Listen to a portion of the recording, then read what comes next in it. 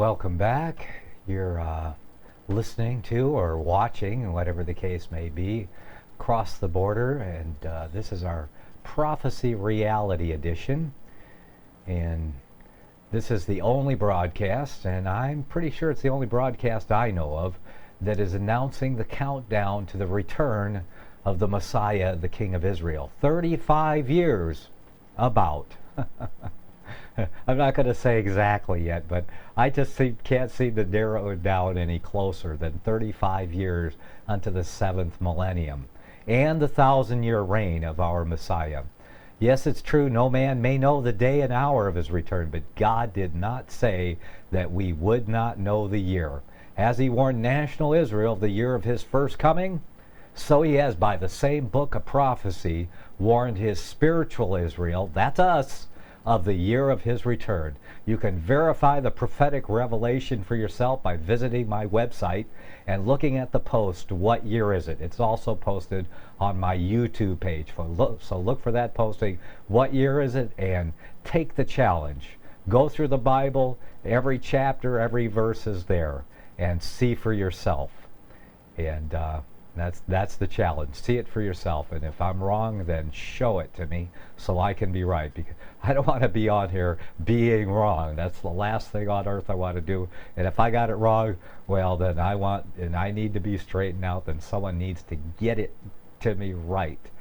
Okay, what were we going to talk about next? What's next on my list? Oh, yes. Why don't we do this one next?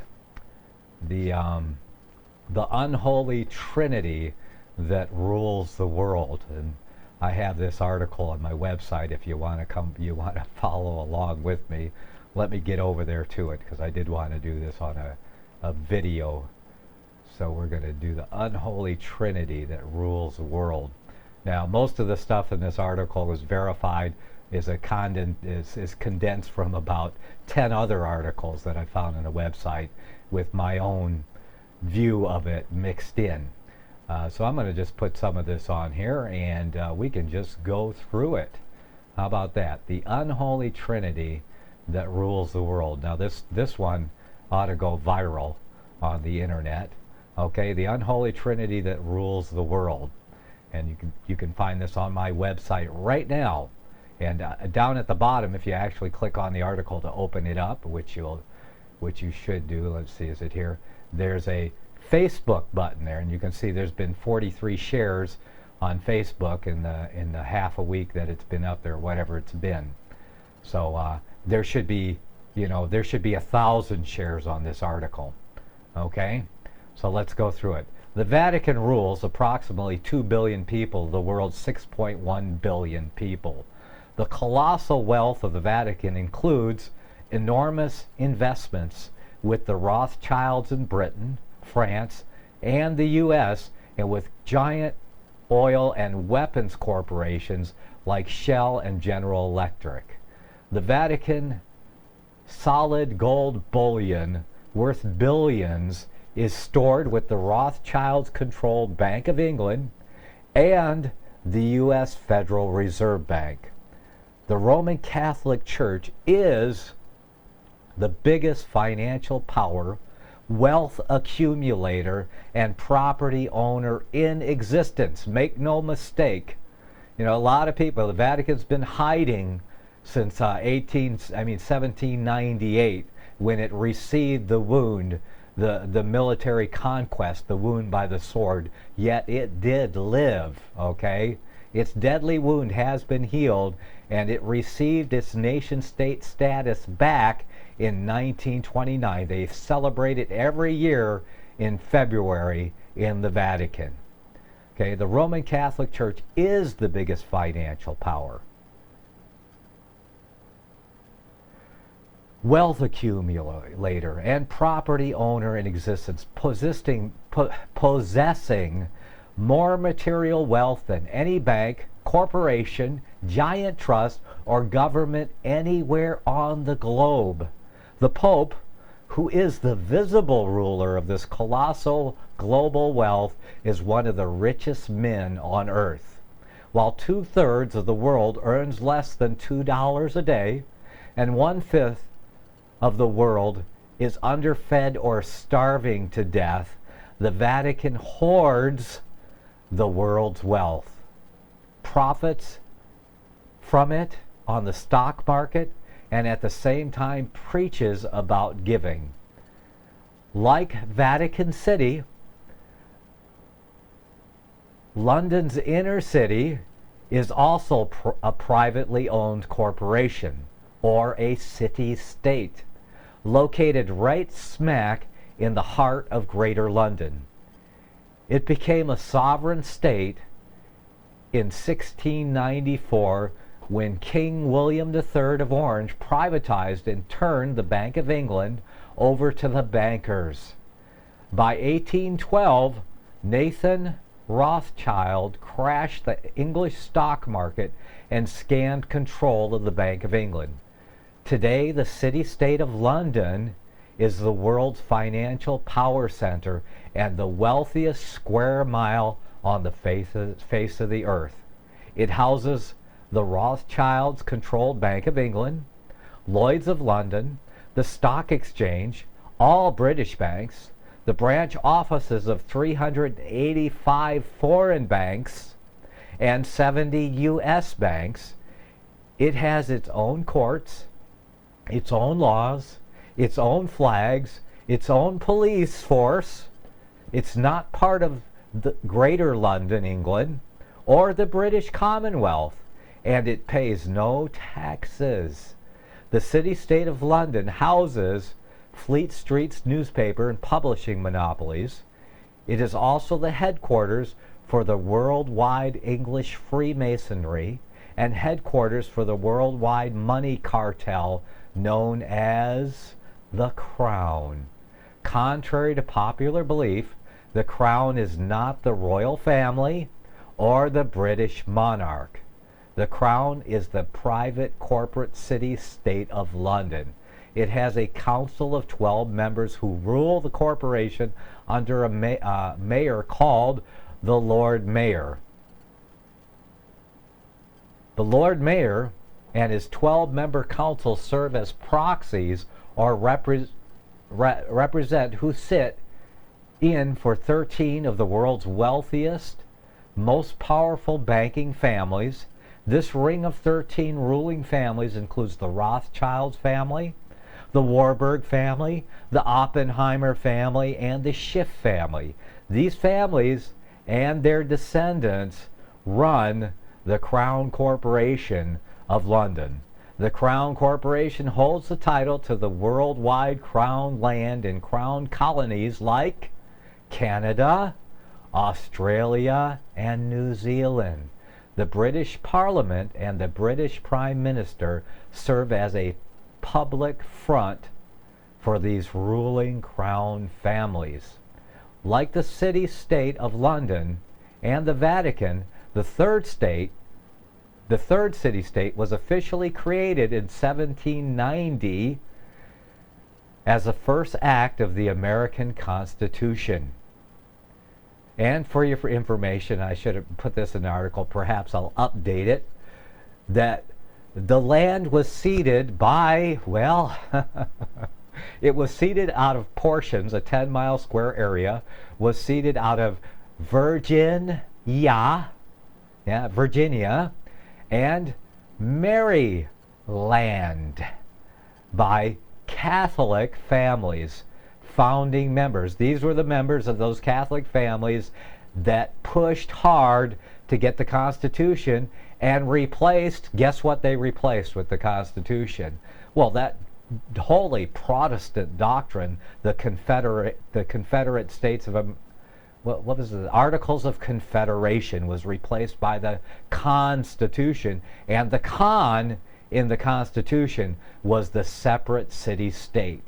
That was the whole purpose of it. And I'm going to add right now, for your information, the whole purpose of the Civil War was not slavery. That's indoctrination that came later, because even in the North, after the Civil War ended, the North still had slaves.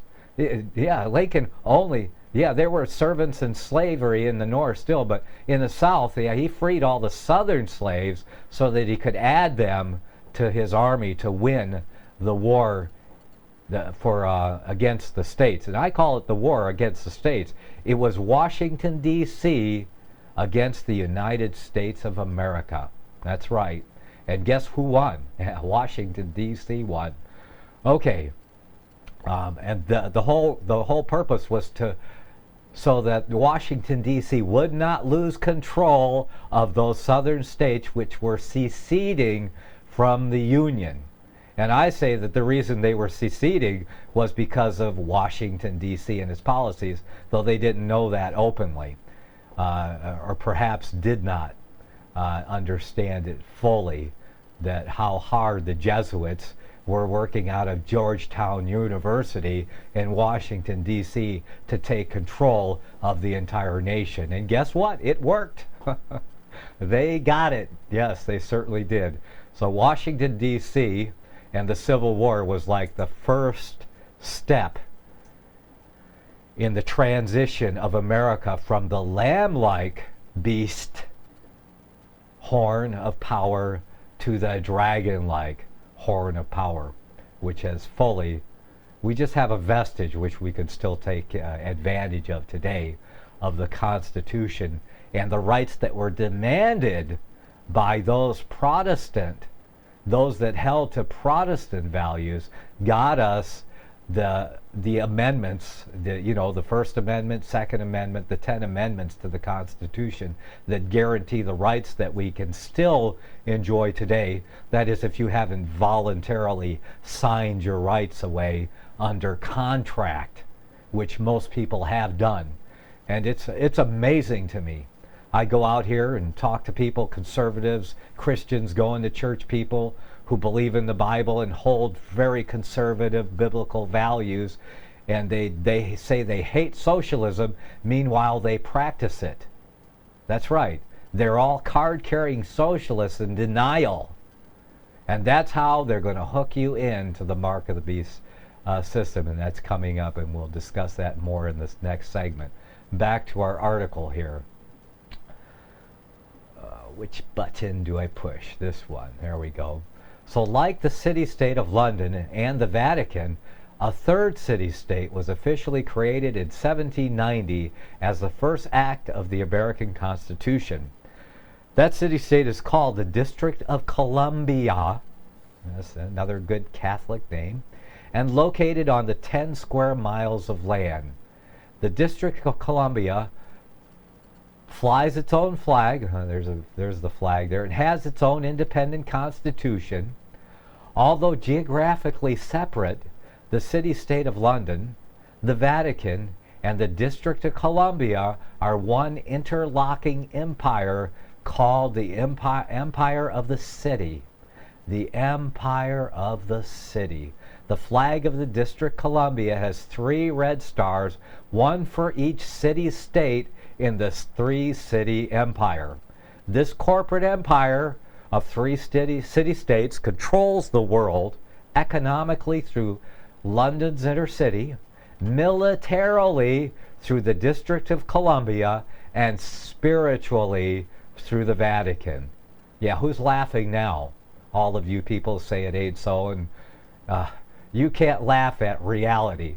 It's on the ground, it's in front of your face. It's time to stop denying what's in your face, what's on the ground, the reality, the situation that we are in. And we are running out of time. We have 35 years left. And if you talk to left behind people, yeah, I call them left behind by the Jesuits. If you talk to left behind eschatological adherents, they say, oh, Jesus is coming at imminent return. Well, if that's the truth, if it's any minute now that you're going to be raptured out of here, then you should be able to look around and see these things. And when you look around and see these things that I'm telling you about, they're here. This isn't some wild-eyed conspiracy theory. It's in your face. It's on the ground. It is here for those that have eyes to see. Wake up and come out. Well, you watch my video on coming out of last days Babylon to get a clue on how you are to come out. Because if you don't come out now, Just think what it's going to be like when you have to rip yourself out. When they come to you and demand you worship the beast to take part in their one world mark monetary system, yeah, you're going to have to rip yourself out.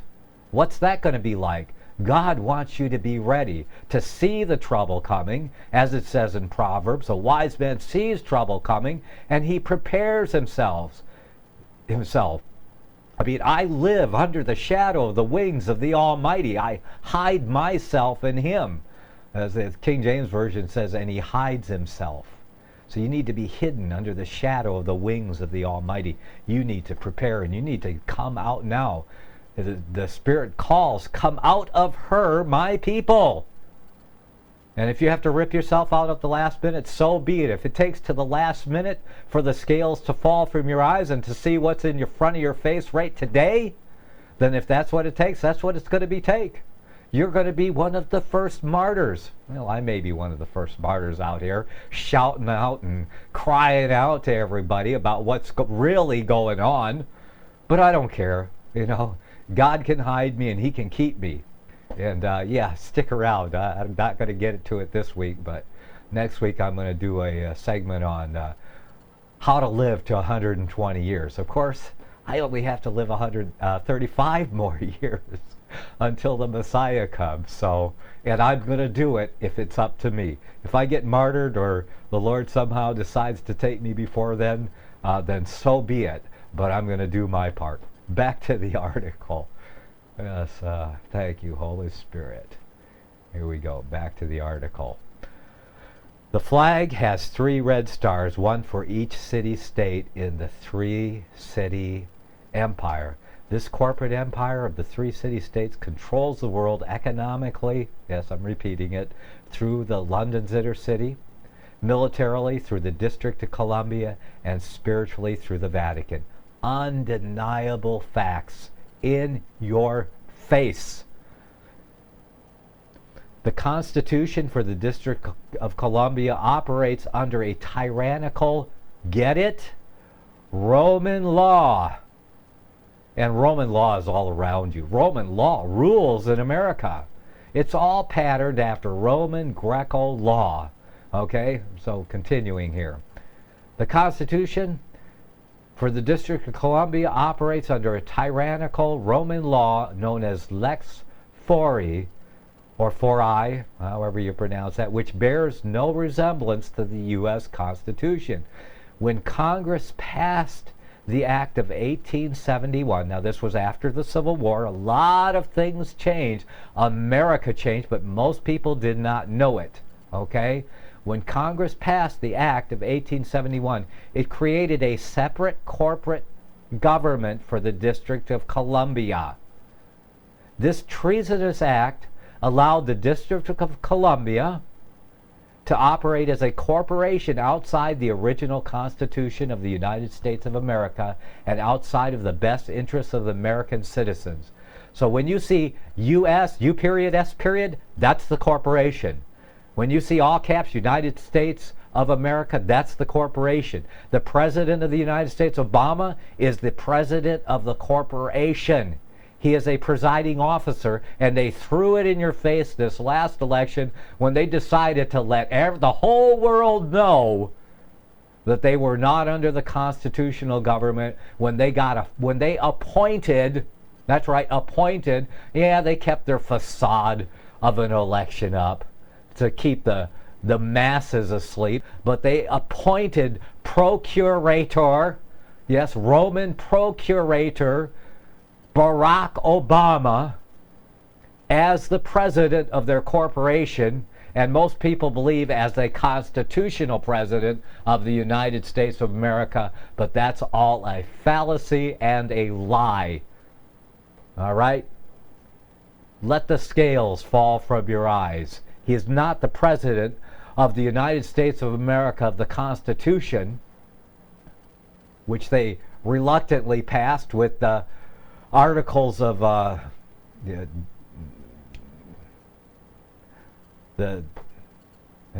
lost the name of it. The Bill of Rights, that's right. which they reluctantly passed with the Bill of Rights. But they changed it all in 1871. Did they tell you about it? No, but it is a matter of public record. You can research these things. If you don't believe the things I'm saying, find them out for yourself. The article's on my website. Check it out for me. Do the fact finding for yourself, and you'll find that the facts are accurate enough to give you pause, okay? So, the District of Columbia operates as a corporation outside the U period S period. Yeah, U period S period. I am not a citizen of the U period S period. I am not a card-carrying socialist. I do not have a 9-digit number that requires me to fill out a 1040 financial inquisition form every year to my master. I refuse to volunteer for that nonsense. Yes, I have a right to self-determination. I do not have to be a socialist. Oh yeah, they're cutting me out of this and that. Because all the time, every time I turn around, they're requiring the socialist number for a new thing that I have to give up. Yeah, that's the way it works, and that's how you have to live without the mark of the beast. Okay, although King George III of England gave up most of his claims over the American colonies, he kept his right to continue receiving payment for his business venture of colonizing America. If America had really won the War of Independence, they would never have agreed to pay debts and reparations to the King of England. Facts of history, my friends.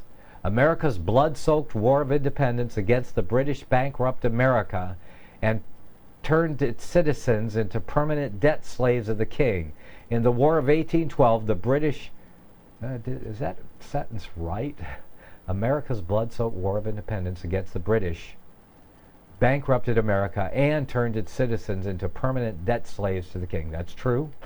In the War of 1812, the British torched and burned to the ground the White House and all U.S. government buildings and destroyed ratification records of the U.S. Constitution. In 1604, a corporation called the Virginia Company was formed in anticipation of the imminent influx of white Europeans, mostly British at first, into the North American continent. Its main stockholder was King James I, and the original charter for the company was completed by April 10, 1606. The Virginia Company owned most of the land of what we now call the USA. The Virginia Company, the British Crown, and the bloodline families had rights to 50% of all gold and silver mined on its lands, plus percentages of other minerals and raw materials, and 5% of all profits from other ventures. The lands of the Virginia Company were granted to the colonies under a deed of trust on lease, and therefore they could not claim ownership of the land. They could pass on the perpetual use of the land to their heirs and sell the perpetual use, but they could never own it. Ownership was retained by the British Crown, and we discussed who they are. The original organic Constitution reads, the Constitution for the United States of America. The altered version, the 1871 version, reads, the Constitution of the United States of America, as opposed to the Constitution for the United States. And notice the caps is lower here on the original, but now on the one they're using today, it is upper, and it's of the United States. It's the corporation. This was the organic. This is the corporate. So there's plenty more on this article, and you can go to my website and you can read the entire article. And do click on that Facebook button. Please get this information out there, and that'll help get more people to listening to Cross the Border. Okay, well that's pretty much this segment, and we're going to continue. Like I said, when we come back, we're going to talk about the kings of the East. I think we'll talk about that, and the one world mark. We'll talk about those two things in the following segments. So don't go anywhere. You're listening to Cross the Border. Visit my website, crosstheborder.org, and tell a friend. We'll be back after the news, so don't go anywhere.